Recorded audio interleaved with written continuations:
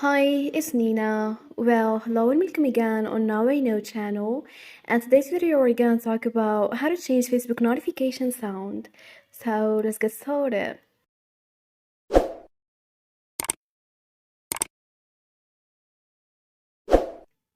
Well, first, after getting the application and to change Facebook notification sound, tap on the hamburger icon top right.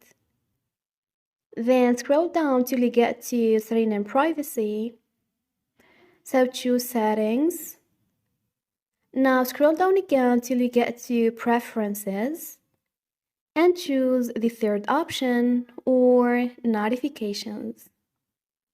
After that, scroll down and from where you receive notification, choose push. Here we have tone option, so tap on it and choose any tone you like. Then tap on OK. And like that, you successfully changed Facebook notification sound. And this is it. Thanks for watching. See ya!